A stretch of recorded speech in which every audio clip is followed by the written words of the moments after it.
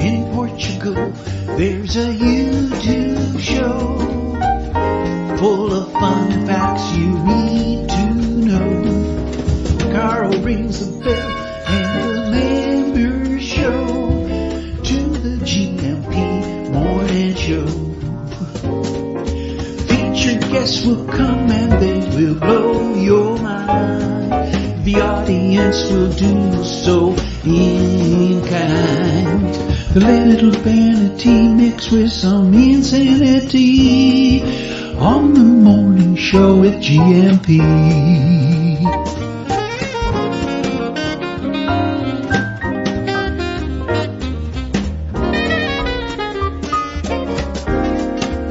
Hey, you gumpers.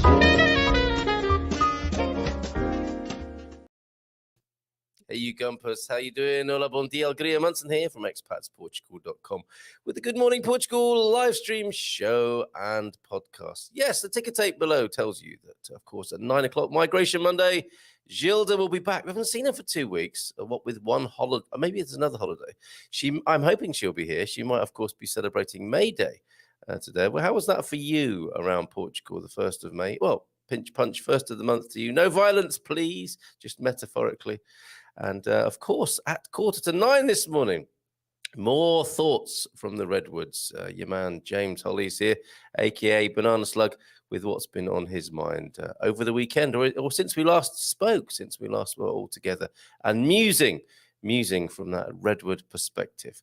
So stay tuned for an hour and a half of hanging out, seeing how we got on this weekend. We've had some lovely video and pictures from all over the community, all over the country, all over the world, actually.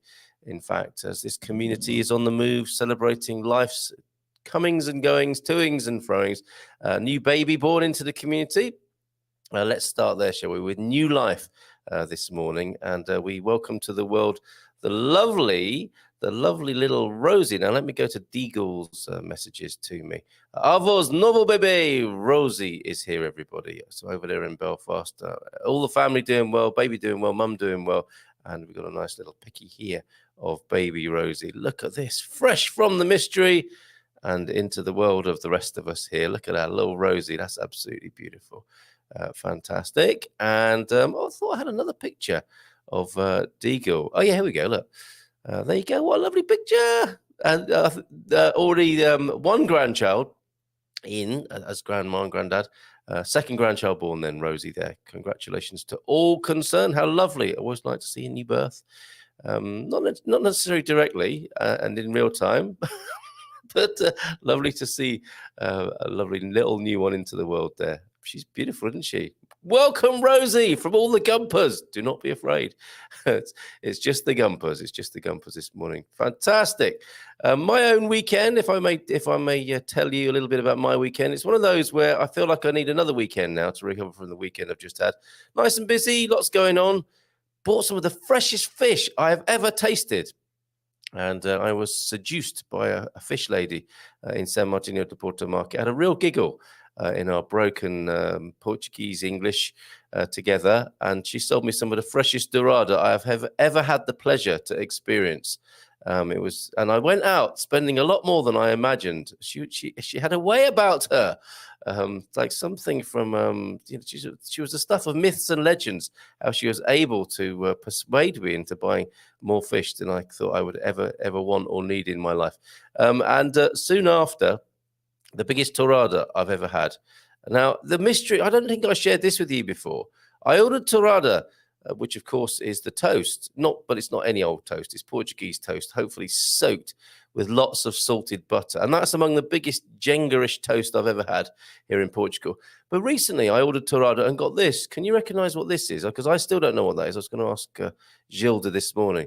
Got a nice soft bread cake with a little bit of a custardy filling in, which must sound a little bit like Torada, especially when I say it. So that was a pretty cool, record-breaking Jenga-playing Torada that I had at the cafe just by the market. And this weekend, Went to Pit Stop for the first time, which is a legendary place of mirth, merriment, and fun, and boozing, and listening to music. Pit Stop. They had the band on yesterday.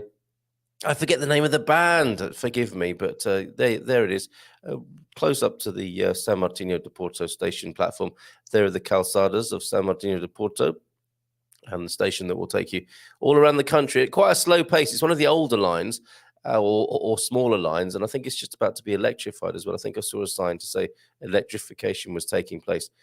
So San Martino de Porto station, step off there, and you can just toddle along to the pit stop, which, excuse me, I just need to cough. Still got something hanging about here. Don't worry, you're so safely and socially distanced from me. Nothing to worry about. But yeah, San Martino de Porto station, you can get there from Caldas, of course, from Lisbon, Leiria. I think even to go to Figueira de Foz and Coimbra, and then you can come along to the pit stop, which is only a stone's throw as well from, no throwing stones though, thank you. Only a stone's throw from the beach at San Martino de Porto. So you can listen to live music, have a nice cold beer, and then when you finish listening to the music, go to the beach and have a little wander around. Go eat some big old Torada. That's how we roll. That's how we do it here in San Martino de Porto. How's everyone doing? Let's go to a few chats, a few comments in the chat now. And bon dia, Carlin Gampus, avos, novo baby Rosie. There we go. We showed the pictures. Digo, Nacion now. Sexta-feira, grandparents, a new baby, Rosie, born Friday, have just to share the love even more. Of course you do. Proud moment. And only 21 days and 20 sleeps till we're back in Portugal. More presents to buy this trip out. Yes, good. I'm so glad to hear that. Lovely to have a new addition to your family. And another boost for the Portuguese economy, right? Bon dia, Alegria, Gumpus from T-Duck as well, who's got some Portuguese proverbs for us as well. Oh, a new name in the chat. Be good. Nice to see you this morning. Be good. Bon dia, Gumpus. Feliz segunda a todos e parabéns. To Digo from college. Oh, it's James with his new name for the week. College Days Slug, the old CDS. And day 363. Look at this, nearly a year. Will my driver's license take more or less than 1 year? We'll find out in a few days. There you go. If you are waiting for a driver's license, it's not always the case that it takes as long as this, but it can happen, as you can see there with T-Duck. Dimitri Martin quote of the day: the digital camera is a great invention because it allows us to reminisce instantly. Indeed. Portuguese proverbs then. Mal me querem as comadres porque lhes digo as verdades. The godmothers who don't want me because I tell them the truth. The godmothers don't want me because I tell them the truth. And that is quite T-Duck, that actually. And join us tonight, 7:30. The Bubble Off Centre music. Well, it started off as us with a little bit of some of the things we weren't willing or wanting to say here in this environment. Storm Drain, I called it, of the Good Morning Portugal show. It became the Bubble Off Centre radio show. Now it's just the joy of music because we can't even be bothered with all that political stuff anymore. We're just playing good music, and we welcome you and your favourite music. Tell us why you love it, and then we'll play it. It's not just any old request show. The request rules are: tell us why you love this piece of music so much and why we should play it for you. 7:30 tonight, link to be published on my Facebook timeline, because we're trying a new platform tonight where the quality will be so much better than it has been over the last few weeks. Join us 7:30. No gardening Q&A tonight, incidentally, from 6:15. The team are having a meeting, but we'll be back again next Monday. I've got some beautiful pictures to share with you from our garden here. Mrs. M doing a fantastic job with our little homestead here. Yeah, we had some lovely food to go along with the fish. Some lovely spinach from the garden, strawberries are appearing, peas are appearing, and another lovely head of broccoli last night I made with some of the eggs from the chickens, a kind of tortilla thing. And I made Scotch eggs yesterday. Have I put my pictures of my Scotch eggs up? I don't think I did. Paciencia, never made them before, quite pleased with them. And then all the critics come. Oh, you want to have a soft yolk in that? Paciencia exceda sapiencia. Patience exceeds wisdom. Not in my life. It doesn't. Still working on that. But yes, I get the point. Quem viva até now tem tempo para nada. For those who live for nothing, they don't have time for anything. Ooh, I say.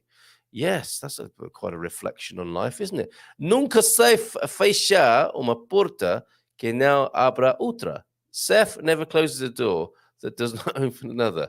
Well, we will be talking about Seth this morning because There was this phrase I learned from some ex-military men.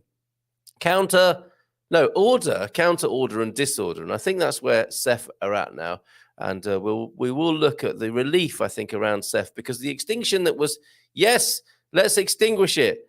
No, wait. Okay, no, let's go. No, let's kill it off. And then now they're not going to kill it off after all, because they're not ready. Oh, I see a question from beginning for Gilda as well. Bon dia, Gilda. What's this? Do you think the crippling accommodation requirement for D7 will be reviewed by the new immigration office? I don't think there is going to be a new immigration office, unless it's changed again in the last 2 weeks. Is currently Airbnb an acceptable option? Well, I can tell you, Be Good, it's not. From my experience of talking to Gilda, but she'll be here herself at 9 o'clock to answer such questions. All right, so stick around for that. Daniel Crotty's here. Hello, Daniel. Good to have you here this morning. Bon dia, Torres from Braganza. Can't find any rentals in the north. This means I may have to scrap my moving plans altogether. This is serious. Now, hold on a minute, Daniel. You've spoken to Vitor, have you? Okay, well, we'll come back to that comment as well, because it's a serious issue for people. You're quite right. Be Good and Daniel there to bring this up. So, Gilda does have a solution. Have you spoken to Casa Portuguesa about this? Bon dia, Torres from Antonio F as well. Antonio's in with congratulations for Deagle. Baldilocks is in. Hola Gumpers. Chris is in. So much to share with you on the screen. And I'll do it as your names come up and remind me to do it.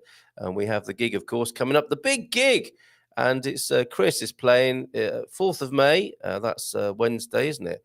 2nd, 3rd, 4th. Yeah, Wednesday, the 4th of May. May the 4th be with you. Let me just remove your comments so we can see what's happening here. And it's the Lisbon Bluegrass Sessions and Pizza Party at the Rossio Hotel. Nice poster. And reservations and info you can't see because the ticker tape's going past them. Oh, email info@rossiohostel.com. info@rossiohostel.com if you want to go along to the Lisbon Bluegrass Sessions and Pizza Party, where you'll be able to see Chris playing there. Isn't that great that he's over here doing a scouting tour and still time to play some bluegrass for everybody? Live gig, live music, should be fun. Bit of pizza as well. Rossio Hostel this coming Wednesday, the 4th of May. That's a 9 p.m. gig. Are you playing earlier than you normally would there, Chris? You're getting into the Portuguese way of life, aren't you? With a late start to things like that. Gone is eating at 6 o'clock and then doors open at 7 for a show beginning at 7:30.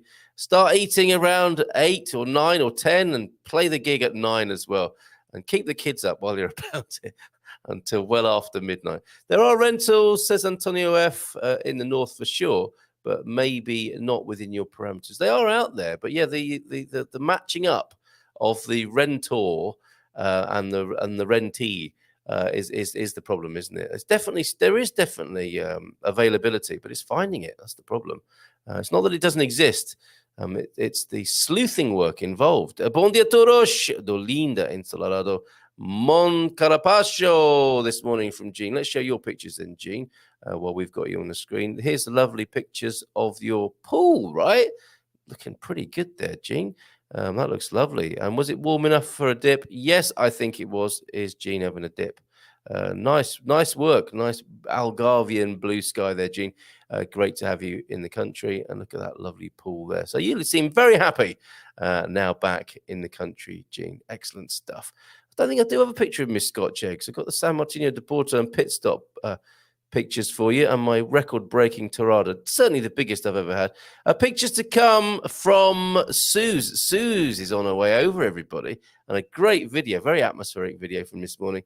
And from Bob and Viv. Thank you very much, Bob, for your pictures of the Festa de Cruzes in Barcelona over the last few days. And we'll have some fireworks from you as well to go out with, which is fantastic.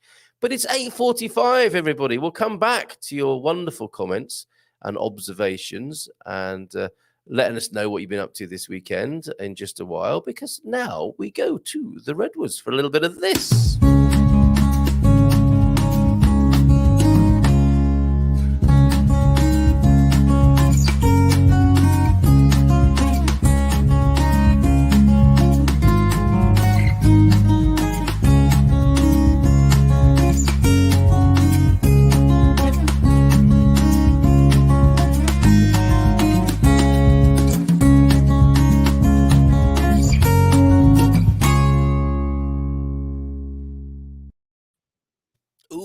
love the music, and here's the man for whom the music is played. And what's your name today, James?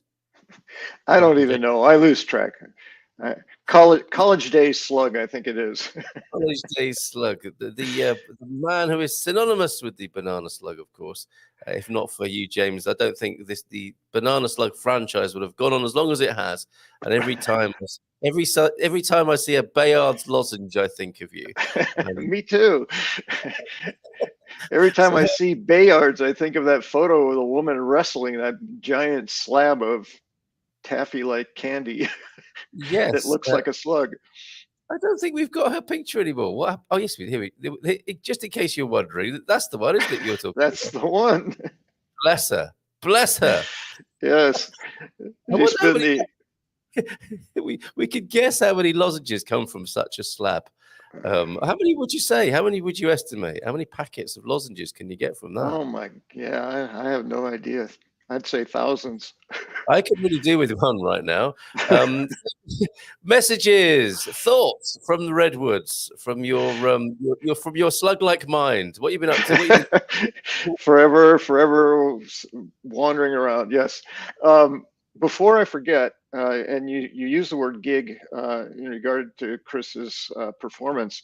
Yeah, I've in relation to many conversations around vegetarian restaurants in Portugal, I made a new discovery right here in lovely Ericeira yesterday as I was walking around with the housemates, uh, one of whom is a cook and is applying for a job at this particular restaurant.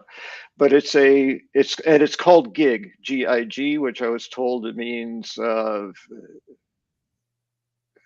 green, something greens. I don't know what the I is for, but greens are good anyway, is what I was told. But yeah, it's called gig, and I specifically looked at the menu, thinking of our riot of Gumpers, and it is a complete full menu of strictly vegetarian preparations, there you from go.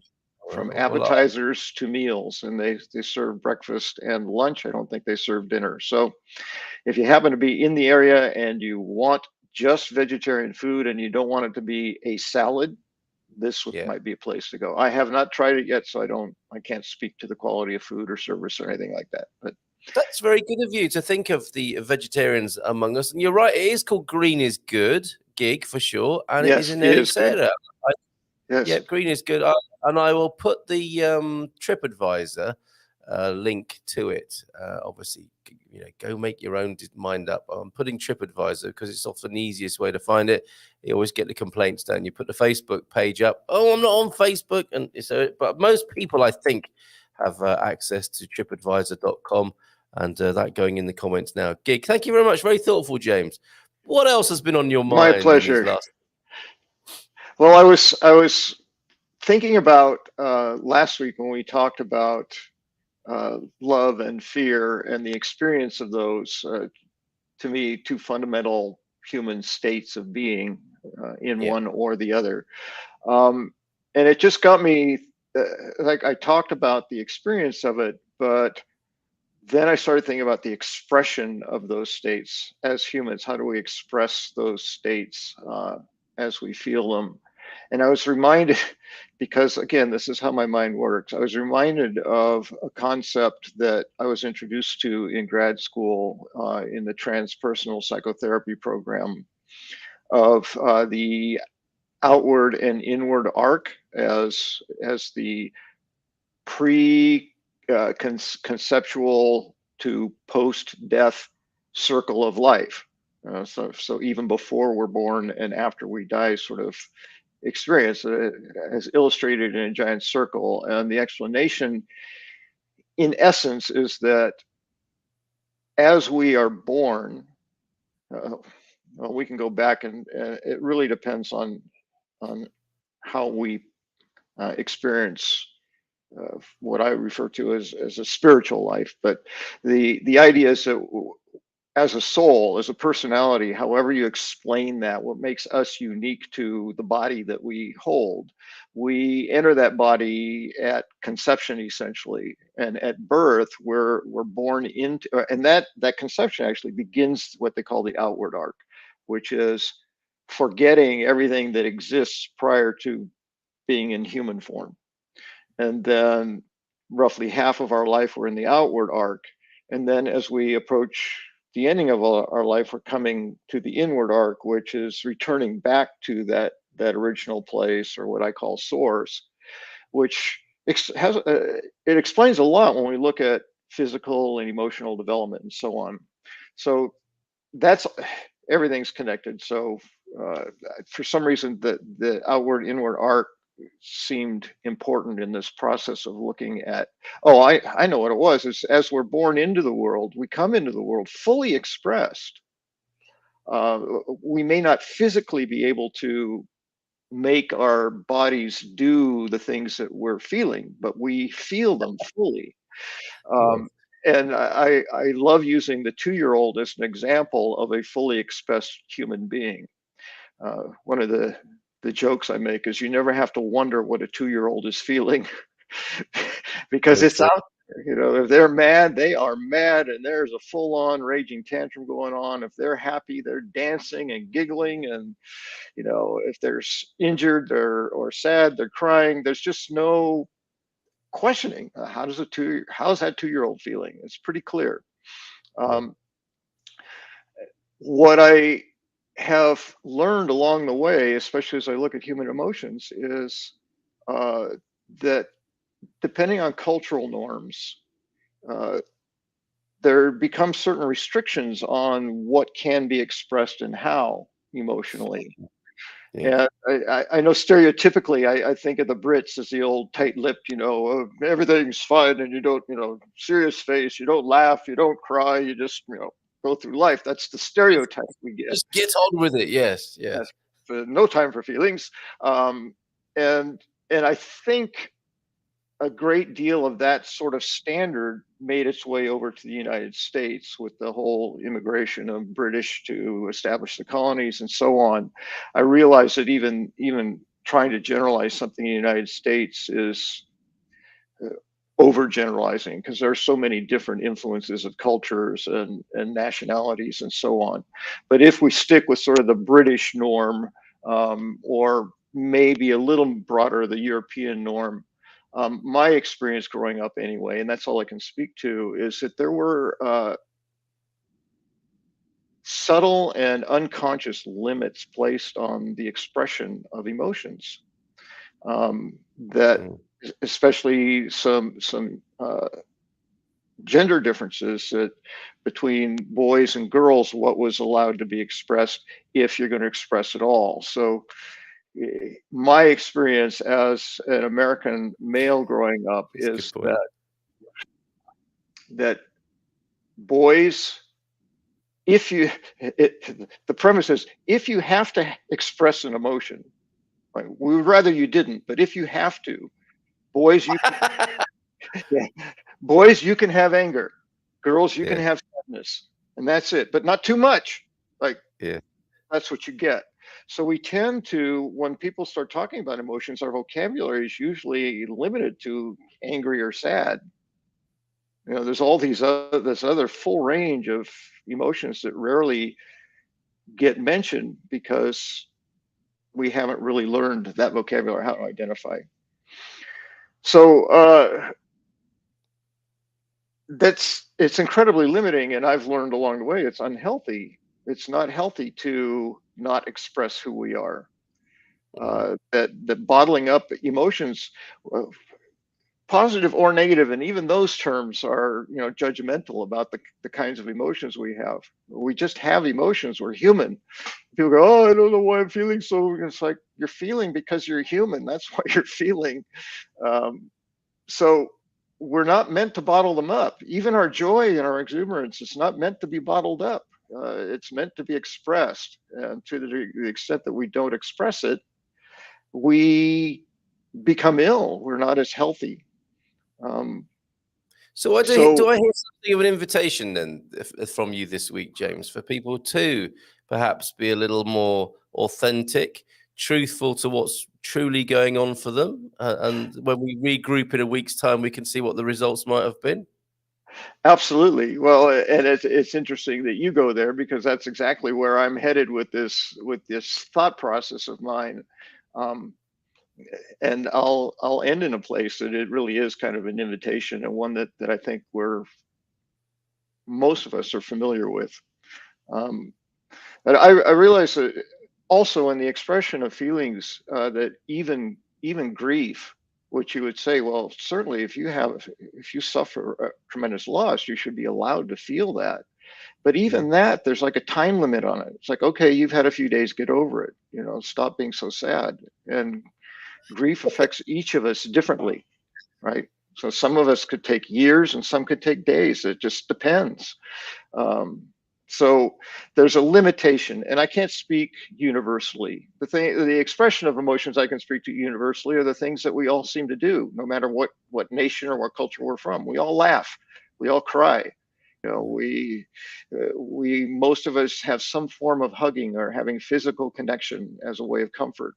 Those are sort of universal expressions of feelings. So I tend to think that universal stuff is sort of built into our DNA, that there's something in survival around that. And that's a whole other subject that I'm playing with. So my mind is nonstop. I'm finding in Portugal, because there's so limited experience to speak English, that when there are people who speak English, I just can't stop talking. Shut up! Stop talking! What's that American psychotherapy guy? Yeah. Stop! James is coming. He's going to talk for 15 hours if we let him. Stop him. Right, we've got a little bit of feedback already here, James. In my experience, 5 children, 8 grandchildren, 2-year-olds can be very devious. I suppose it would be another way of saying they're very good at getting their needs met, right? Yes. And I don't know if you're proposing this, but imagine if everyone expressed emotions like a 2-year-old. That's not what you're suggesting necessarily, is it? Well, but then again, why not? Yes and no. Right.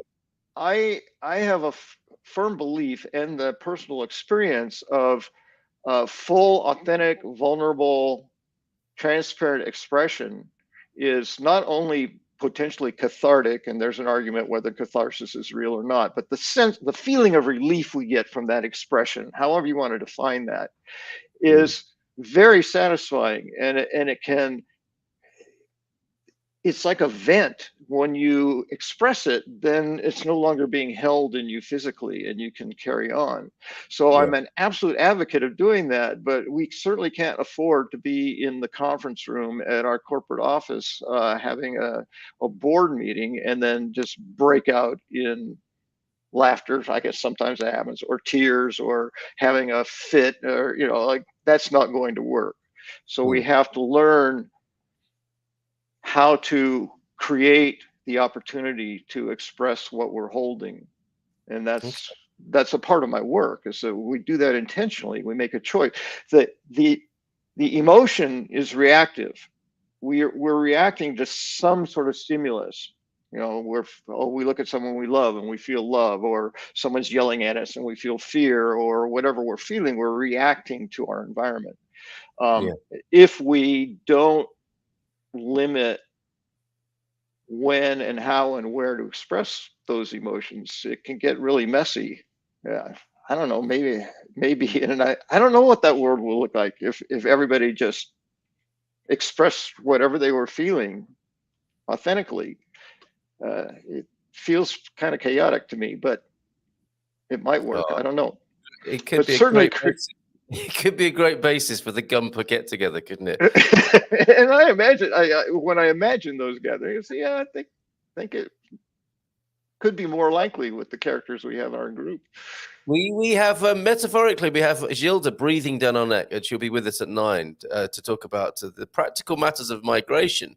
Now, if we bring the two together, James, and this, of course, we talk about migration on a Monday. The whole point of Expats Portugal, Good Morning Portugal, is celebrating, a Portuguese life coming here, being here, and that, of course, is not without its frustrations and the possible outcomes you speak of upsets and and grief and all sorts of every human emotion is there when you're Yes. planning a trip to Portugal, right? And you're planning your new life and you're adjusting to your new life. So as a little bit of homework then, what are you going to leave with people? Is perhaps to go a little bit further than they might ordinarily do. I mean, some of us might go less far than we ordinarily do, but I think the majority of people would perhaps be encouraged, or you could be giving permission to people to just go that little bit further this week in facing what's really going on inside and sharing it.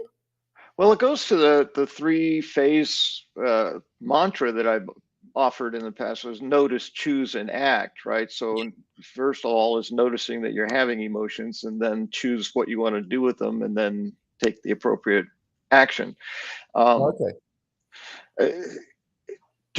I'll try to be brief. A healthy expression of anger is a controlled environment, but not controlling the anger. It's controlling the damage that might result from the anger. It's letting people know that I'm going into the bedroom and I'm going to beat the crap out of the bed and I'm going to scream a lot. I'm going to close the door. Don't worry, everything's okay. I just need to get it out, right? That's a healthy way to express the rage or the anger, that energy that just like, that we're going to kick the dog or yell at the kid if we don't get it out, right? And it has nothing to do with them. So that is an example. If you want to win-win, take the carpet out, hang it over a line, and beat it with a tennis racket. Then you and yell and shout and do it with anger. Okay. It'll really clean the rug, and it will help you express your anger. And what we call the positive ones are a little easier, but oftentimes I've been growing up, I was told to calm down, believe it or not. What? Because I was fully expressed as a young child up till around age 7, and people said, settle, calm down, So even joy and exuberance had to be measured and controlled. So, I'm a big fan of letting it out, dance, laugh, from the belly, laugh, if you're feeling the laughter, express the laughter. These are emotions that are more allowed to us. Although, again, culturally and historically, even just a little snicker might be considered rude or, let's find out this week. Let's find out if you find yourself getting yourself into trouble in the boardroom or by snickering in an inappropriate place. James will be here again next Monday to debrief with you and help you process any such difficulties that might have arisen. Yes. So there's the invitation, the thought from the Redwoods, the message from the Redwoods from James Holly this week. And let me end it with a quote that was assigned to. Let me end it. Yes. Well, not. Anyway, I just want to conclude with a quote that is often attributed to Mark Twain. Yes. I did a little digging, and it's actually the words of a man named William Perky. Okay. Like turkey with a P. And that's familiar, I think, to many. He was quoted as saying, you got to dance like nobody's watching. Oh, yes. Love like you'll never be hurt. And sing like there's nobody listening. Thank you, James. That's great. There's your homework. Live like it's heaven on earth. That's the finished one. So yes. Say that again. The last bit that we don't normally hear. Normally hear is, and I unfortunately my notes went on to the next page. I didn't see it. And live like it's heaven on earth. Folks, come on, let's do that this week. So James, there's that inward outward arc thing. How's that for a full circle? That is beautiful. Thank you very much. Live like it's heaven on earth, because it so is here in Portugal. Thank you very much for that message this week. Try a little bit more self-expression and authenticity, folks. Dig a little bit deeper and don't calm down. Thank you, James.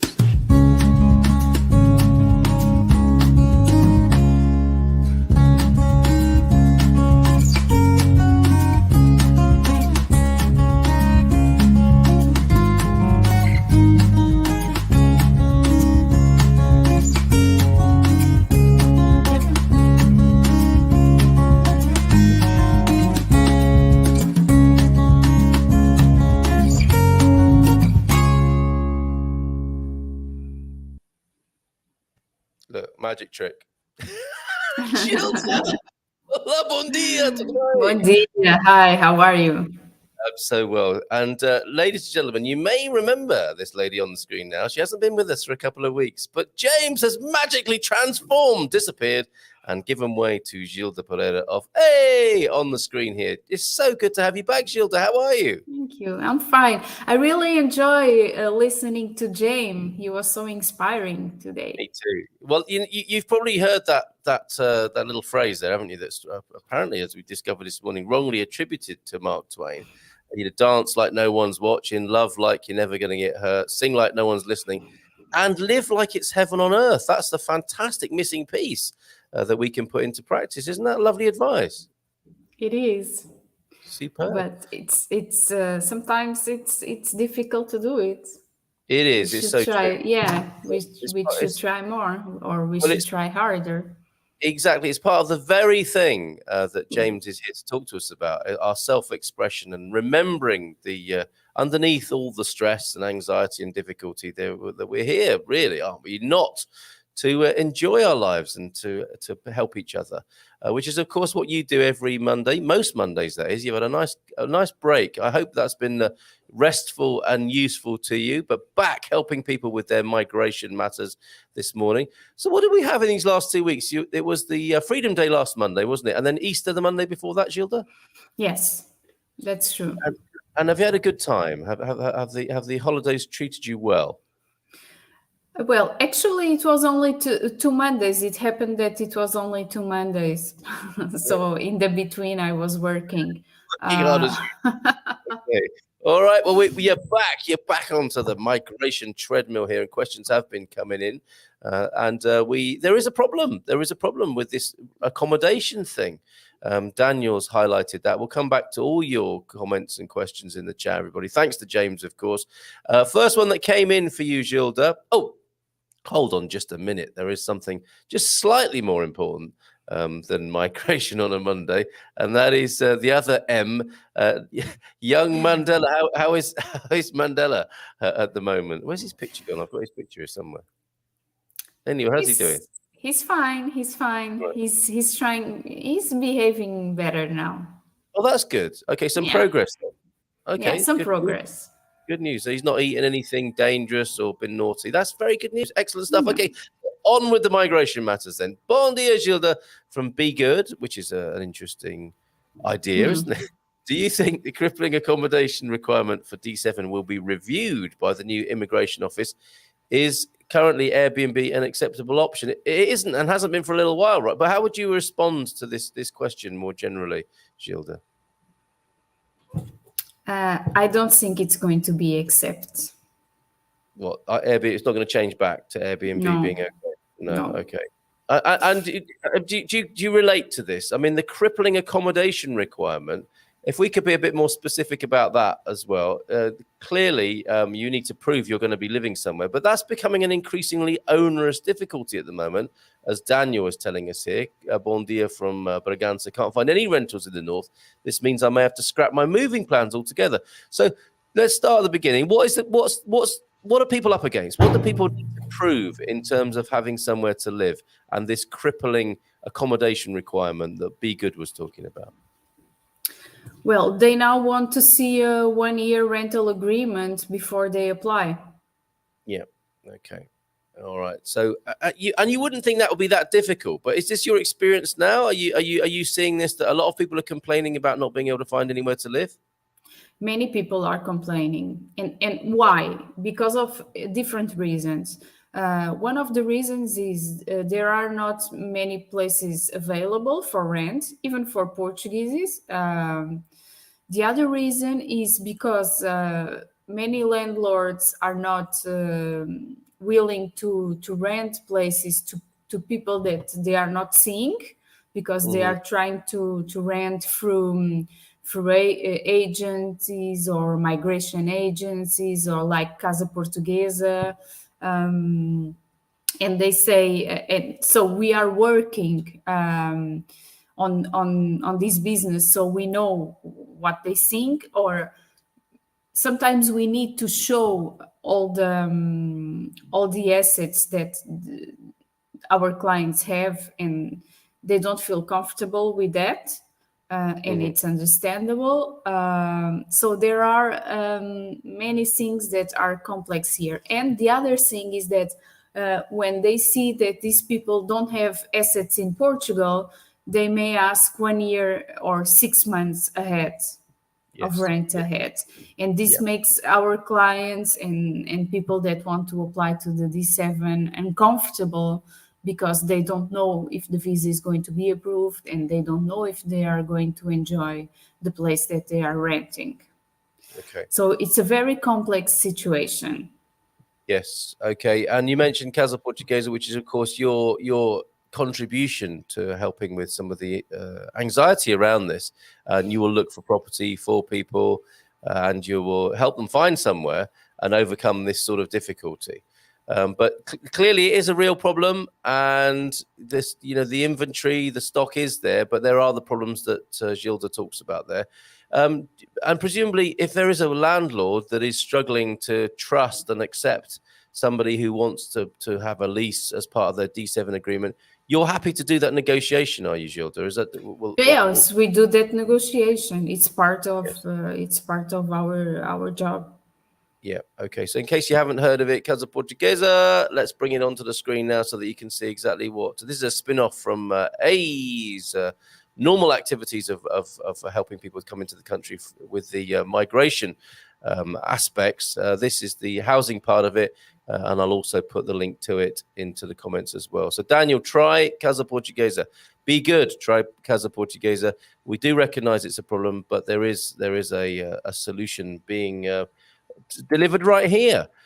So keep on keeping on, and we can put Ian's comment onto the screen this morning, who's saying, just do it, keep going. Bom dia todos, como estás? New week, new month, new possibilities. In the words of a famous slogan, just do it, whatever it is. Don't be put off, folks. It is a bit of a challenge, but help is at hand, as you can see there. Victoria also in, muito parabéns, digo. Baby Rosie, celebrating baby Rosie being born and over the weekend. Fantastic. And an amen coach from Victoria as well. Just do it. Just get on with it. Rebel Mama, happy Eid. Yes, Eid Mubarak. I think that's what one says, isn't it? Eid Mubarak, end of Ramadan. And so best wishes and Eid Mubarak to all our Muslim friends. Cindy B, Bon dia a todos as well from Cindy. Great to have you here, Cindy. Ronnie Barker, what quote of the day? On a packed show, Ron. I don't know where that reference there, but it's a packed show, Ron, for sure. Spent a glorious day in, what is that? Villarreal, Santo yesterday. So lovely. I think we got a picture to prove that as well. Have you been traveling, Gilda, if you don't mind me being nosy about your business? Yes, I went to Porto, and then, I went to Sabugal, which is near Guarda. Yeah. And we went to like a Portuguese party that is very funny. Okay. It's like many families from that area do their picnics, but it's a huge place with they bring all the food, and they bring like the pigs and the lambs, and they do it like, I don't know. On a split. On a split.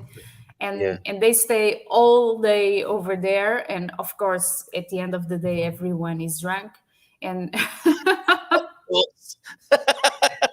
where was this? Sabugal, did you say? Sabugal, it's near Sabugal. It's near Sabugal. Okay. It's in Soit. Sounds like great. Okay. Yeah, it's cool. And I had a very nice time in Porto also. And a nice time in Porto too. Fantastic. Okay, so the glorious day in Villarreal, Santo Antonio. We got the documentary evidence. Here's Victoria. I think there's a bit of boozing going on now. I think I see Jack Polly in there too. Excellent stuff. Booze. I want to go, Victoria. I want to go party with you. You have to join the queue. You seem to be so funny. You've got to join the queue for partying with Victoria. It could be a service you offer, Victoria. You'd be boozing every day if you take up all these offers. Ronnie Barker quote of the day: on a packed show tonight, we'll be talking to an out-of-work contortionist who can no longer make ends meet. Boom! Well done. Baddy's here as well. Bon dia Alegria on a rainy morning. Yeah, I didn't go out with the dogs this morning. Did you walk Mandela this morning, or is it raining where you are? No, it's raining. It's raining Okay. also. Does he? Because his belly's quite close to the ground. Does he like to stay in when it's raining? No, actually, he's not fatty, so it's not that close to the ground. Okay, bon dia. That applies to some of the people in the community here as well. Bon dia, gente linda, from Owen as well. Sorry, you're going to add something there. Yeah, I was going to tell a story about Casa Portuguesa just to give you an idea how crazy it is. Yeah. We had a client that wanted a house in Lisbon, close to Parque das Nações. Oh, yeah. So he found the house in the internet, and he was in the United States. In this case, she was in the United States, and she told us, "I really want this apartment. It's perfect for me." And we said, "Okay." And when we called the agent, she told us, "Okay, but we already have 12 visits for today." Really? That's how big the demand is. Yes, 12 visits. And then we asked her, "Okay, so can you please, before the visits, send us a video and share the video with us?" And so she did. And then we sent to the client, and she said, it's okay, close the deal." And then we Really? closed the deal. Yeah, we closed the deal, and she canceled all the visits. There's So the power of Casa Portuguesa. So it's less work for her, and we close the deal. Very good. Okay, so that's what you're dealing with when you're dealing with Gilda and team in that part of the business there. Excellent stuff. Okay, driving around yesterday with my Portuguese friends, they pointed out all the life-size dolls decorating some houses. I was told it was once much more common as a May Day tradition. So did you acknowledge May Day in any way yesterday, Gilda?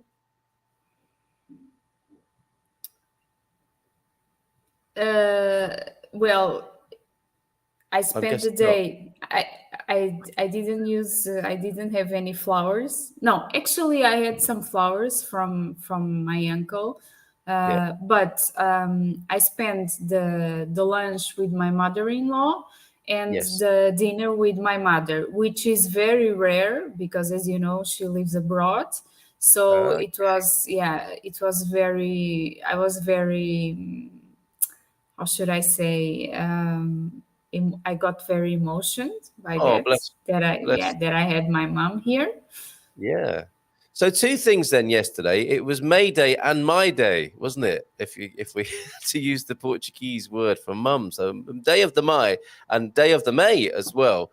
And 1st of May, of course. So yeah, the great workers' celebration of May Day. And here in Portugal, this is from Rebel Mama this morning, a nice tradition. We have this tradition of Maya on the 1st of May. One puts Scotch broom or gestas on the doors and windows to keep the devil out of the house. That's a good idea, isn't it? Also on the front of cars. But I never heard about that. Really? Okay, maybe it's more of a northern thing then. No, I have seen a little bit of this. The broom, as in the particular plant called broom, being laced into various things. And that like nice bright yellow, keeping the devil out of your house. And why not? Mother-in-law's allowed, though, because it was Mother's Day yesterday. Not that I'm making a connection in any way, of course, there. Thank you very much for that lovely picture, Gilda. It's a bon dia to Antonio F. The search for the man who terrorizes nudist camps with the bacon slicer goes on. Inspector Limel Jones at a tip-off this morning, but hopes to be back on duty tomorrow. Where are these coming from, Pete? Bon dia from Pam. Pam's, and I think we've said hello to you, but you can have two this morning, Pam. Such is your great place in the community here. Castro Money is awesome. Thank you very much, Victoria, for that. Yes, it is. Yes, it is. Why would you say that?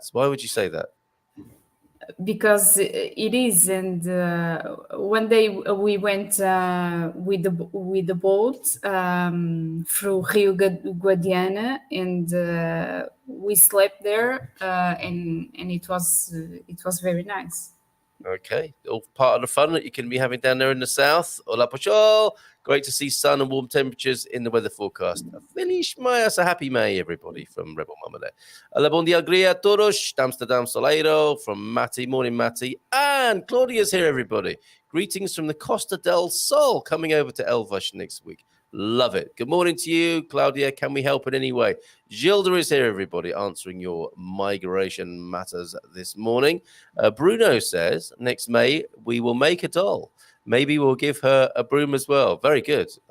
So from not observing any traditions to observing 2 in one go next year, by the sound of it. Life-size doll and a little bit of the old broom as well.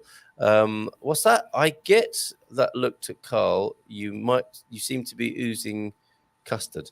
I think I don't know what he's been out foraging mushrooms again. Anyway, I think safe to say. Oh, Jim, I missed your earlier comment to James. The hero's journey, of course, the great archetypal journey of human beings. Worth looking up if you don't know anything about that. Everybody, the hero's journey. We're all on one, you know. Bon dia todos, uma recepção especial a Gilda. Yeah.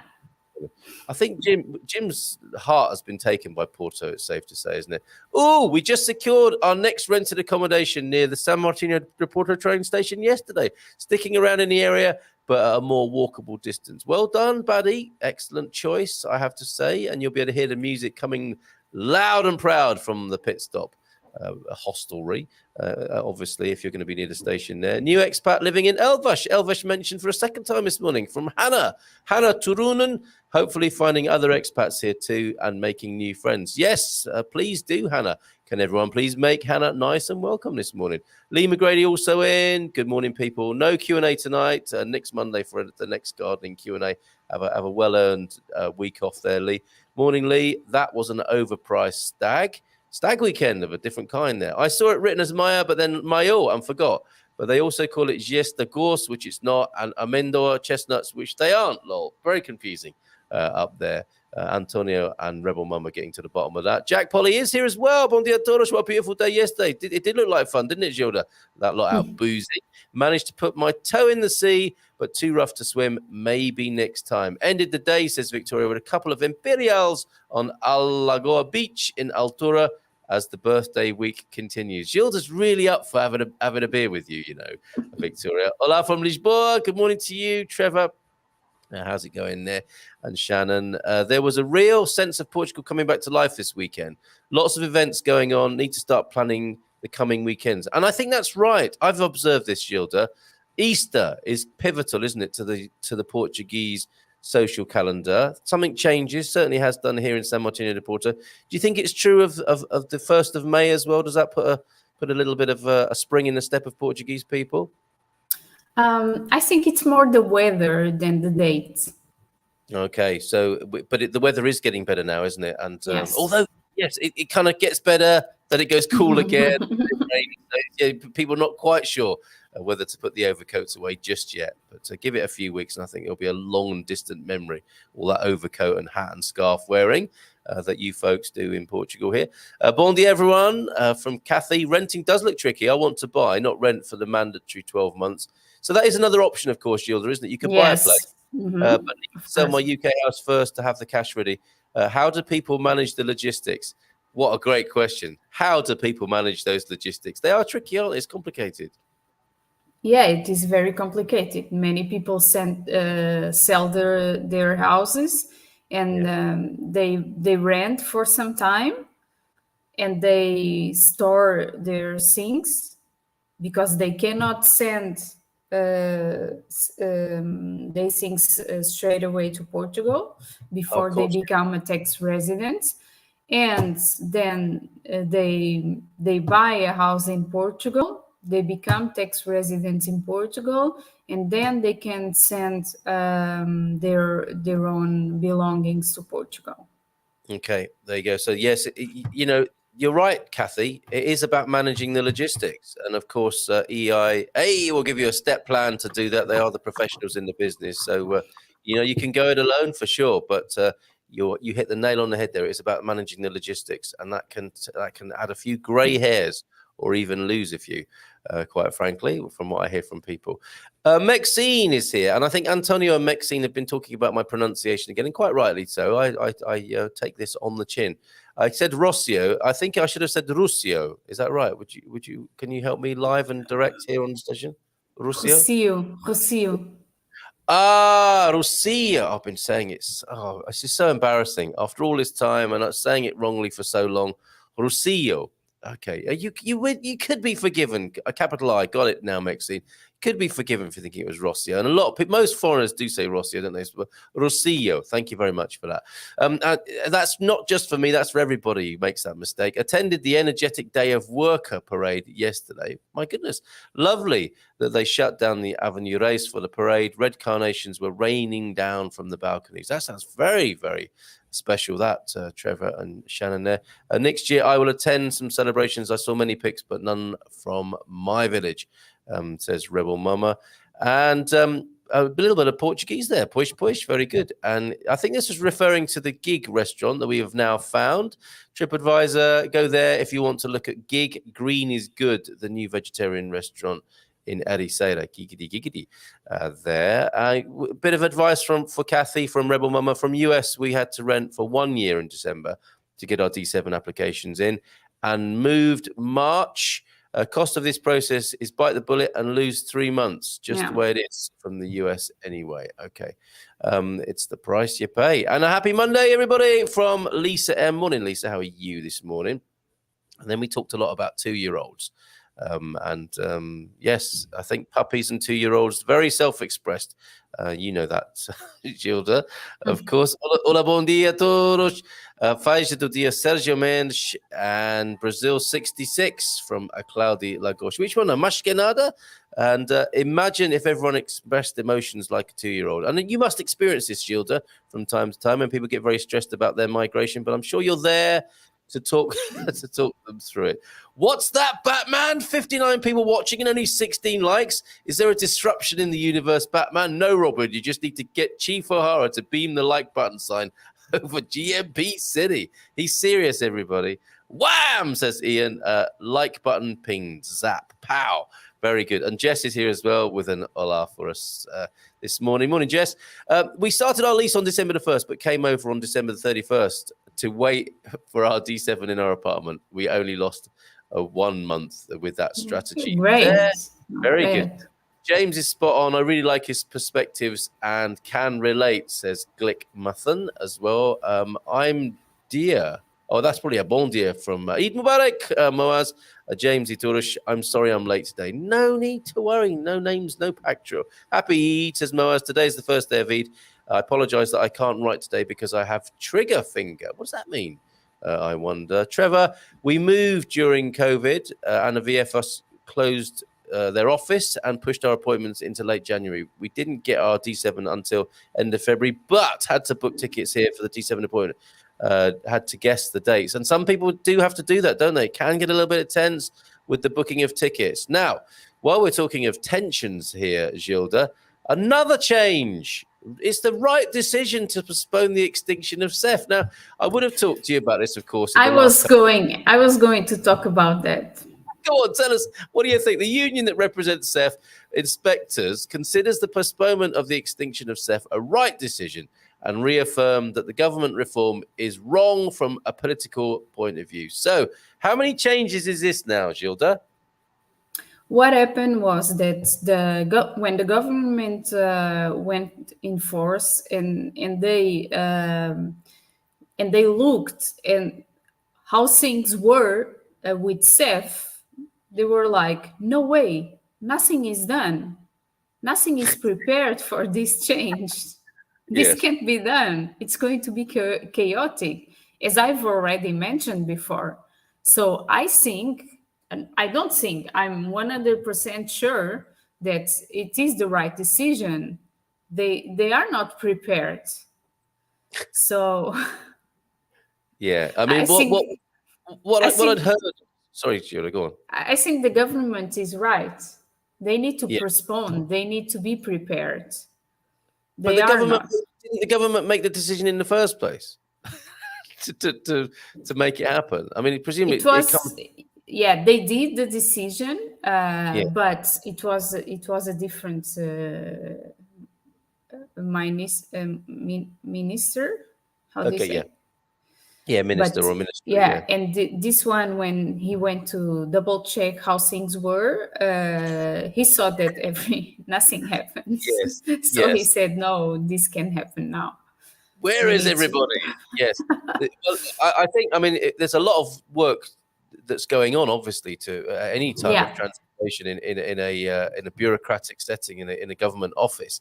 But they had the additional difficulties, didn't they, of getting new police forces working together, because you have a number of different police functions here in Portugal, don't you? And I think the traditional border force were giving way to more of a wider spread of police input from those different departments, and they had to get to know each other, didn't they? They had to start working together, and all that great stuff that happens in organizations where people need to make each other's acquaintance and get used to working with each other and establish the ground rules and all of that sort of stuff. And that was going on post or during the pandemic.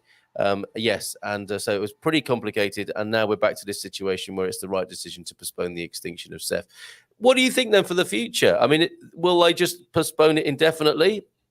Because this came out of a political heat, didn't it? There was a terrible situation where somebody was killed in custody, which I think was a large part of why the change was demanded.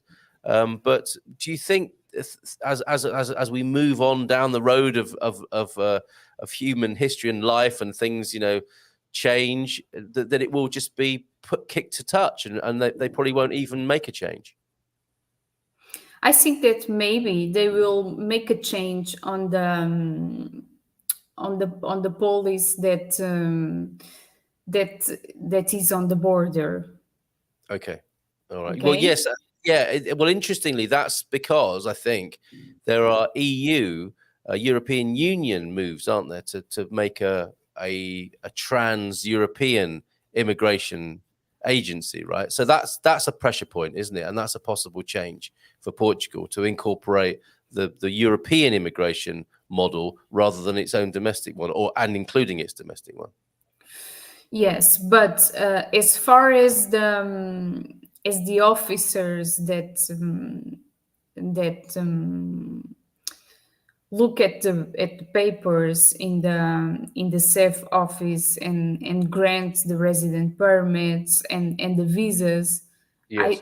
I don't see what they want now, the people from the IRN to do that thing, because they are already very late with their business, which is the nationality process. And if they are to do these ones, it's going to be chaotic. Okay, so kind of again, so from the point of view of our perspective here, no news is good news. It's the right decision to postpone the extinguishing of the force, and we'll just keep going as we are, and hopefully that won't be too disruptive, and not too many changes will come that will affect people's migration plans. Yes, but also they are pushing with their belly. They don't have any appointments, and now they don't have any appointments for any kind of articles. They don't have for family reunion. They don't have for highly qualified. They don't have for students. Nothing. Everything is closed. They don't have They don't have the system for the British people to convert the European crew to the resident permits. So many things are on hold. Yes. And they are waiting all this time that someone came and do this job, and now they say no, we are going to postpone. So maybe they need to do something about it and catch up with the workload. So I mean, there are two issues here, aren't there? Clearly, One is the issue of the backlog and the work that needs to be done that isn't being done, and all the delays that are associated with it. And then there's the transformation of the service itself. So presumably, with the relaxation of the extinguishing, the whole business of the workload can now be addressed. Fingers crossed, and we'll have to wait and see, won't we, on that? Do you get any indication that is actually going to happen now? No. No. And did you say pushing with their bellies? That sounds like a very interesting phrase, Gilda. Is that a Portuguese saying? Pushing Yes. with their bellies? What does that mean? Like just sort of making it up as you go along? That means postponing things. Pushing it with your belly. I'll have to try that. Okay. And so there you go. Answering your question, Chris. What's happening with Seth? Has anything changed in the last 3 weeks? Well, kind of, but not really. And you also add, "Oh, Gilda, check out that lovely smile and the wonderful hair. We've missed you," says Chris this morning. Moving to Morganera for D7 travel insurance. Does the policy have to be from a company based in the country of residence that you will need to be repatriated to, i.e. the UK? So the travel insurance part, well, you can't really get Portuguese travel insurance, can you, as a product while you're here? So it will be in the country of your origin, I suspect. That's just the practicalities of it, isn't it, Gilda?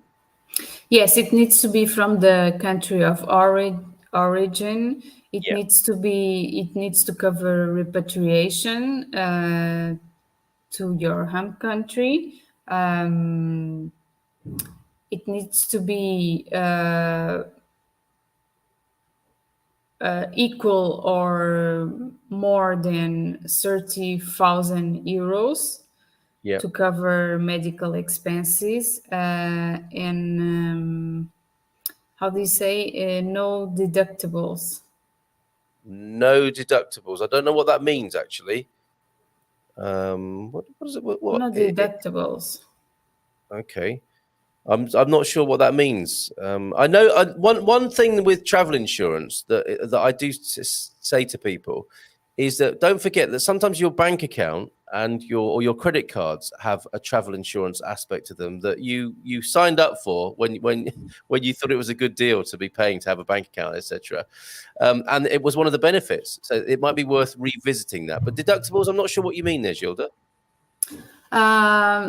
It's when I don't know how to explain. It's when you only pay a part of it. Oh, I've got you. Yeah. Yes, indeed. Yes, the the excess. It's called an excess. That's right. The excesses. Okay. So yeah, and what people need to be careful with that. That they're not putting them. They're compromising themselves by having to pay the first part of it, and thereby rendering their insurance cover somewhat scant, perhaps there. But suffice to say, moving to Morganera, you do need travel insurance that's coming from your country of origin. So there you go. I think you've answered your own question in many ways. Sounds like you're coming from the UK, and that's where your travel insurance will need to come from. Ian's off. We thought there was a funny smell. Off to a grandchild's birthday party. So catch you all later. Have a great day. And a picture here of Ian's son, who's raising money, running ultra marathons. I think they're 100K marathons. Raising money here for pancreatic cancer in the UK, running around the Isle of Wight, and I think doing 2 more of those. Can you imagine that, Gilda, running 100 kilometers? No, not just me neither. So well done and great work there, young Turner. Let's see who else who has questions for us this morning. Hi, Gilda. Magdalena does. Hello, Magdalena. Where you been? We are planning to stay in an Airbnb for up to 6 months so that we can visit homes, landlords face to face. We would have moved assets to Portugal in that time as well. Is that an advantage, would you say, talking to Magdalena here? Of course, and I think that 6 months, it's time enough. Okay, to find time somewhere. Enough. Yes. Okay. Well, so presumably then, Gilda, you approve of our base camp idea. This is what we tell a lot of people who we're working with at Expats Portugal. Yeah, come on an exploratory trip. set yourself up with a central base camp somewhere good enough. Don't get too worked up about it, because wherever you're going to end up living in Portugal is probably going to be okay, and you can get to other places very quickly here in Portugal. So that sounds like a good plan, Magdalena. Gilda from Jeff. Morning, Jeff. Do you think fully funding one's Portuguese bank account before doing the property search could help? Will that help?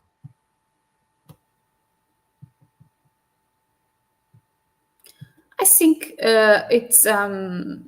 it's a little bit indifferent. You've got to have the amount to show when they ask for it, right? So they won't know. So it doesn't matter what comes first. Yes. It doesn't matter what comes first. Okay, so perhaps not. Well, I see a point in there. Maybe you should have the money in the Portuguese bank account if the proprietary wants to see something that you have in Portugal. That's the only point I see. If you want to show that you have some money in Portugal, maybe in that case. There you go, Jeff. Thanks for the question, Jeff. Good morning to you. We have our D7 stage 1 meeting next Tuesday. We're going with the promissory agreement we signed last week. Well done. Moving to Muganera, it sounds like it's all coming together. Well done. And we have a question from S. Can this morning. Hello. But what? Let's go back to the promissory rental agreement. I've seen some issues with that. Let's hope. What consulate are you going? Okay, let us know. Moving to Muganera. It sounds like maybe a call into EI after the show could be quite useful for you as well. So you get those I's dotted and the T's crossed. Question: does Gilda have an office rep in the UK? In London specifically, S-Can is asking. You haven't got an office over there in London? No, I don't. Okay, my mum might be interested in helping you out over there, Gilda. You don't need it. You don't need it. No, I don't need. I do everything remotely. Everything remote, and that'll be managed through the Lisbon office there, S-Can. What's behind your question? Do you think that might make it easier, perhaps? Hola, all thanks to Gilda and team. Off to Seth with Carolina from EI on Thursday. I was very lucky to find a rental. Don't give up, says Susie Q. Good advice. From Susie Q to Susan Lurch. Good morning to you. Bon dia to you. Susan, how are you? DMC is here. Is that Run DMC? My husband's D7 residency expires, not e-pires. Sounds like a Portuguese person. E-pires. This week, and our attorney's attempts to secure an appointment at Seth have been unsuccessful. Do you have any suggestions? Get in touch, basically.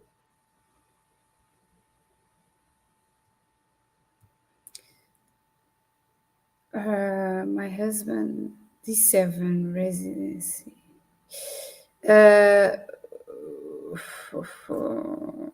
How would that have happened, even?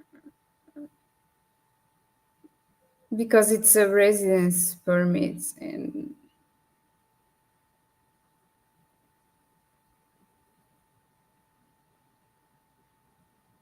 as I told, they have closed all the vacancy. Now it's not only the family reunion, it's everything. Okay, so two things here then, Gilda. There is the legal position, and then there's the practical position of what people are actually doing in the face of this. Legally, if your D7 expires, you're no longer welcome in the country, right? I mean, that's the bottom line. Am I right? Yeah, but they know that they are not working. They are not answering the phones. Yep. So on a practical point of view, it's important that you keep trying. What do you do? Do you return home, or do you persist? What's to be done in this situation? And we know that more and more people are finding themselves in this situation, right? And what is the government? What is the position that the government is taking on this when their own administration can't keep up with the workload that people in good faith are trying to carry out, which then renders them illegal in the country? Are the Well, government taking a lenient view towards this? Well, I can talk about the family reunion because I already have many cases, many people in that position, and I'm Yeah. assuming now it's going to happen the same to Okay. these people. To the family reunion, they shut their eyes, so people were going out of the country, getting in, and they knew it was their problem. It was in the system, so I guess it's going to be the same. Okay. All right. So, I suppose the question I want to ask, and you can't necessarily give a definitive answer because each case would be judged upon its own individual and personal merits, wouldn't it? But what do people do? Do they just hang on in there and just keep asking for an appointment? Is that the practical reality here? Yes, but DMC, I would ask you to send me an email. I'm not going to charge anything. Just send me an email because I'm going to see if it is possible to get to do something by email on Okay. this case of renewal. Okay. This Because is we are able to make some renewals by email. I don't think that the D7 is one of them, but we can try.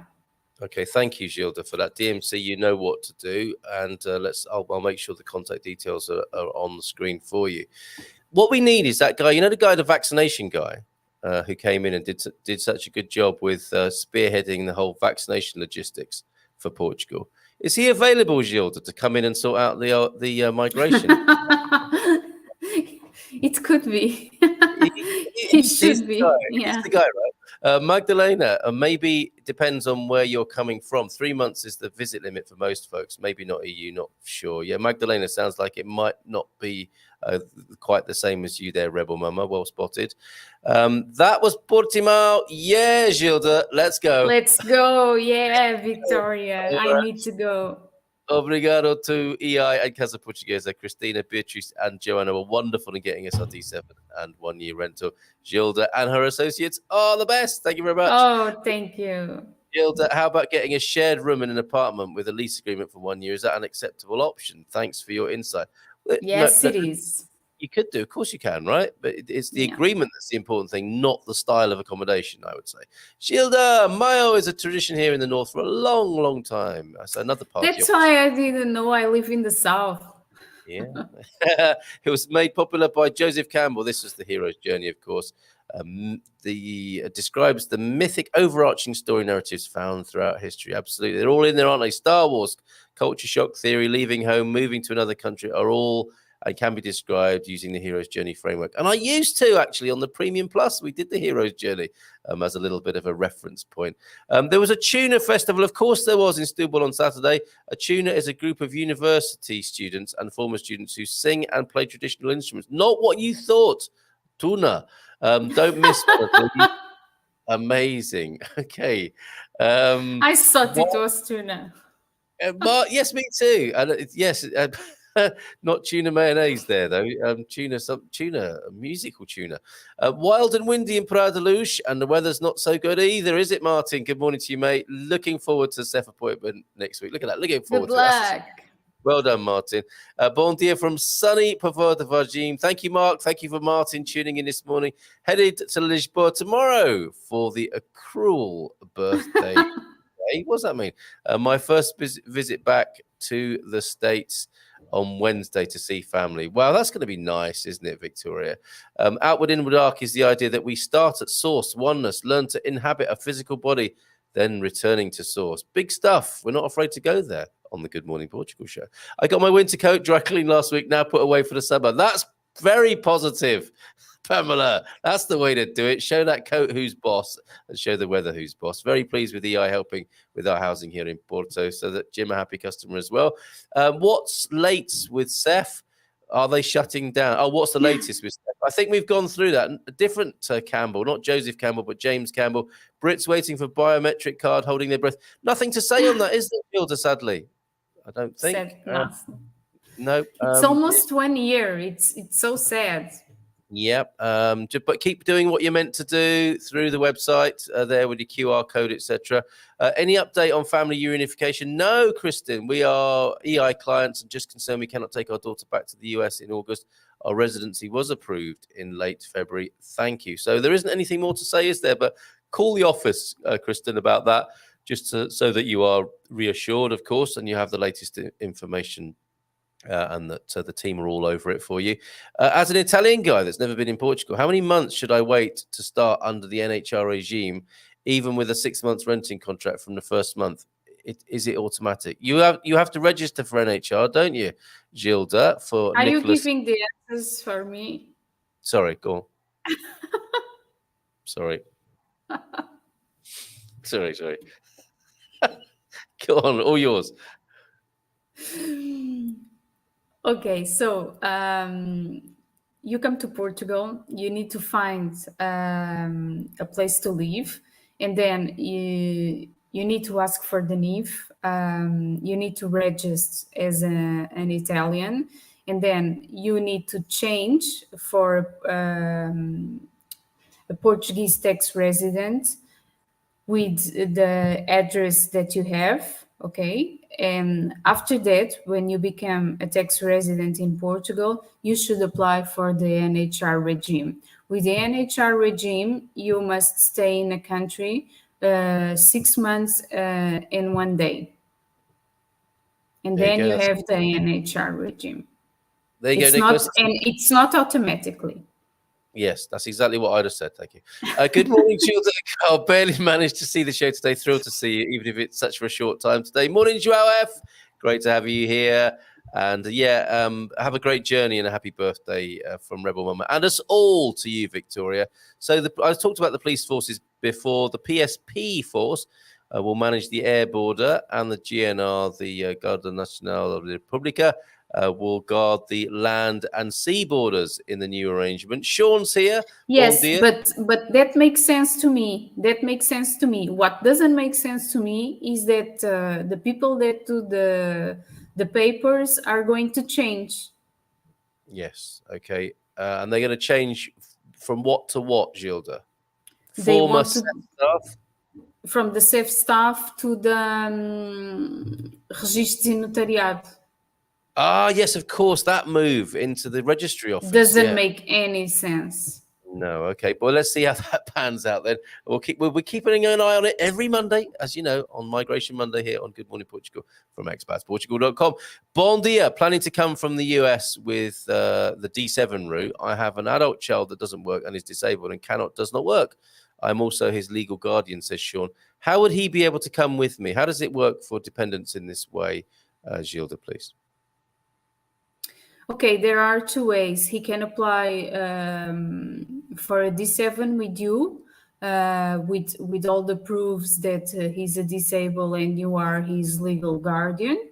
And if they don't accept the D7 under this condition, he can come with you and then does the family reunion here in Portugal.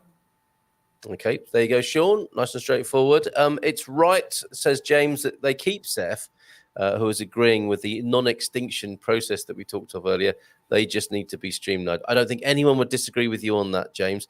From James to Jim, Gilda, do you expect rents to go up, and can rents be adjusted within our contract period? Oh, that's a good question.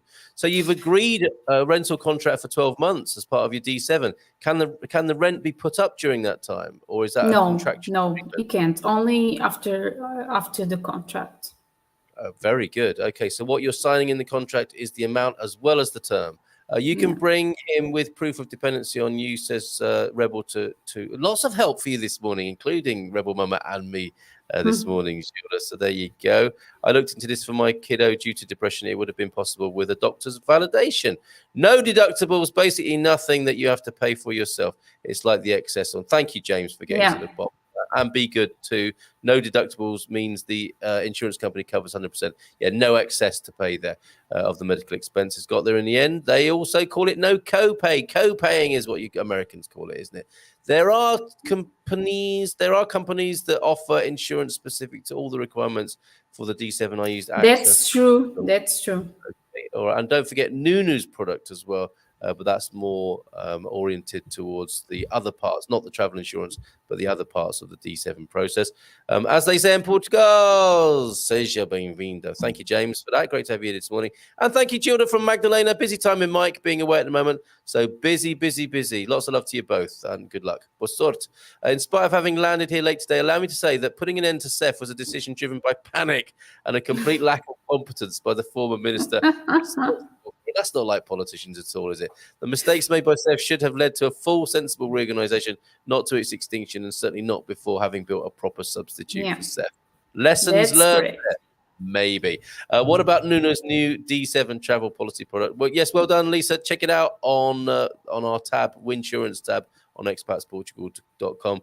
It's not purchased from our home country.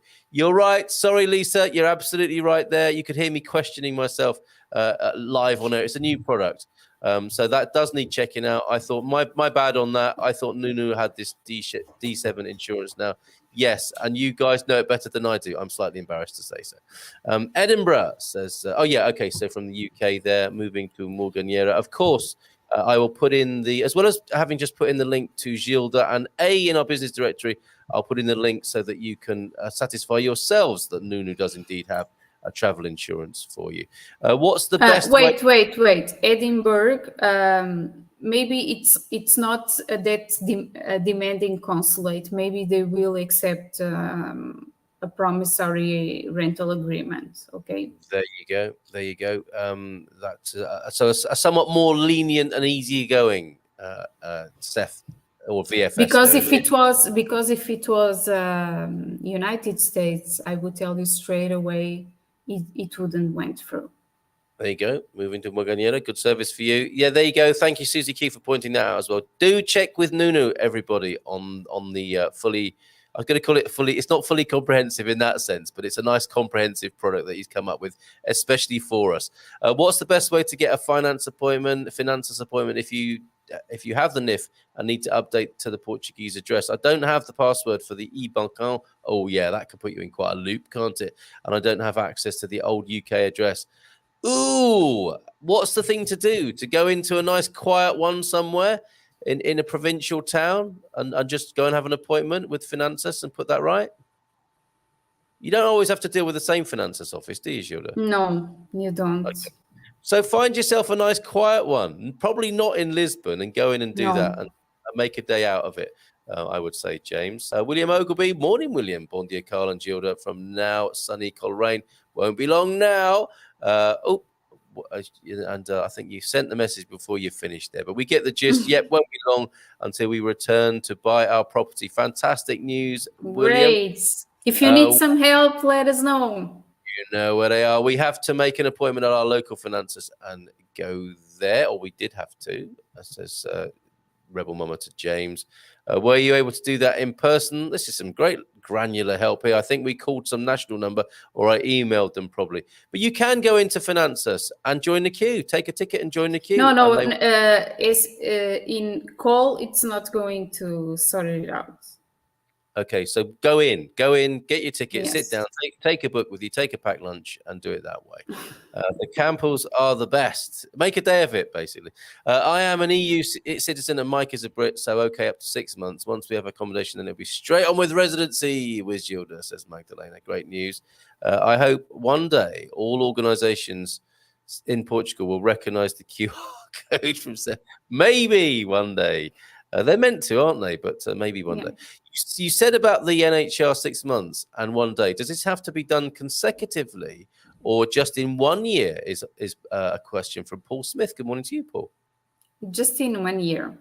Okay. Thanks for this discussion, says Bob Tapper. Morning, Bob. I've been a traveling nomad since 2020 with no current US residential address. Is there a visa I can apply for without a current US? Yes, what do nomads do? Could they give someone else's address as a sort of forwarding and mailing address in this instance, Gilda? We don't have any special visa for nomads at this time. So they would have to give someone's address. Okay, and I mean that's like a mailing address, isn't it, or a family address in the United States? That's the thing to do. That's what Bob needs to do here. It doesn't have to be your own home, does it? For example. But he wants to have a resident permit here, or he just wants to come here less than 6 months. I don't know. To let us know, Bob, rather than me guessing on your behalf there. Just want to thank Gilda and the ladies at A for their assistance with getting the D7. The whole process was fairly painless. Now loving life in Alcobaça. Nice one, David. Thank Move, you. David. And Chris just wants to say, hey, in a font. There, Gilda, what do you think is the reason we can't do an Airbnb? So why is it that Airbnbs are no longer suitable as a lease for the accommodation, Gilda? Because many people were using it, and they want to make it stricter. They want to make it more realistic for people that really want to live in Portugal. So they are started to be more demanding with the requirements, and now they changed for the Airbnb to a promissory rental agreement, and now they changed for a real rental agreement that first were for 6 months and then they turned to 1 year. Okay. So they keep changing the criteria for being more stricter and stricter. So that is the reason. More people applying, so they have to. It's like the money in the bank accounts. They become to asking more and more. Okay, just the whole system becoming a little bit stricter. A little stricter there, Lisa. That's the reason there. Do you need a NIF to rent a place? You do, don't you? You need a NIF for any kind of contract here in Portugal. Be good. There is. So this was I know it's past 10 o'clock now, everybody. We'll have to finish soon. But yes, look, you have to have a utility bill in your name. Okay, so you don't have to have your own home address. But how do you get a utility bill in your name? If you haven't got a home address or aren't purchasing utilities in the United States. Are you familiar with this situation, Gilda, and how might Bob get around it, for example? Rebel Mama had the same thing. The VFS wouldn't let me use my son's address since I couldn't prove that was my residence. No utility bill, no driver's license, etc. So what to do in this situation? Any bank statement? No. Okay, so yes. I said you have to either driving license. No. So it is a kind of catch-22, isn't it? Of not having a residence and therefore not being able to have a utility bill or driver's license or bank statement associated with that residence. I'm not sure what to do. Maybe insurance. Any insurance letter? I think a call, and yes, and I want to stay longer than 90 days. That would have worked in my case. Okay, I think you need to call the office and talk it through in more time than we've got here, Bob. We're about to run out of time. I don't want to rush it and give you the wrong information. So maybe a call to EI will do it. And of course, yes, you're quite right, everybody who knew my job better than me this morning. Nunu does, of course, do a travel insurance, and that's how to get in touch with him. And you can have a little giggle with him about me when you ring him up and talk to him about that. Makes it hard for digital nomads who want to live in an Airbnb. So understand that, Sam, but that is the way it is right now as things tighten up a little bit. Gilda, great job this morning. That was a lot. We did a lot there this morning, didn't we? As well as talking about your lovely situation in Sabugal, which, can I just get the correct spelling for that? Because there will be people who want to go and get drunk and eat a spit roast. It's only once a year. Okay. So, and they've just missed it, sadly. Okay. But how is Sabugal, Sabugal? Yes. Sounds about right. It's very nice to see. All right. And thank you for answering all the questions this morning. It was quite an intense session after your 2-week absence, but it's great to see you again. Love to Mandela and the family, and of course, everybody at the A office. And we will see you again next Monday. Have a great week. Thank you. Thank you. All Bye right. bye, everyone. Lots of love Bye, for Gilda. everybody. Thank you so much, Cha-Cha. Okay, there she goes, because I was going to go as well there, but I need to show you a firework display and some pictures from the Festas de Cruz from Barcelos. Barcelos, of course, the famous part of Portugal from where the cockerel emerged or is known for. The Barcelos cockerel that you can see on my screen there. So let's take the ticker tape away and the banners on the screen so that we can show you this firework display in all its glory. A few stills first. Oh, and the big cod festival. Nearly forgot to tell you about this. The big cod festival is coming up. Put this in your diary. Ilhavo in just north of, is it just north? Well, up by Aveiro anyway, in the Aveiro district. Ilhavo, just outside of town of Aveiro city. For your diary, the Cod Festival, August from the 10th to the 14th of August this year. And I believe that's at the museum, the Nautical Museum in Ilhavo there. So back to Barcelos and some lovely pictures from Bob and the Festa de Cruz there. A great big Barcelos cockerel for you there with a big boot, obviously. And people milling about through the town, having had a good time. Imagine there was some drinking and eating going on there as well. All part of Portuguese festa life. Look at that. How wonderful. Where's this picture from? Oh, this is from Suze. Suze is on the ferry, everybody. Got a video, a very atmospheric video from Suze as well. She's on her way from Finland. But look at that. Lovely picture from the ferry and one on board the ferry. So what I'll do is I will play for you the video of her leaving Finland, and then we'll go into the fireworks from the Festa de Cruz in Barcelos. Have a great day. Thank you for being here this morning. First one then from Suze on the boat. Bye-bye, Finland. There's the Turkey Castle, and we are moving. There's the setting sun. I guess that's the direction we're headed.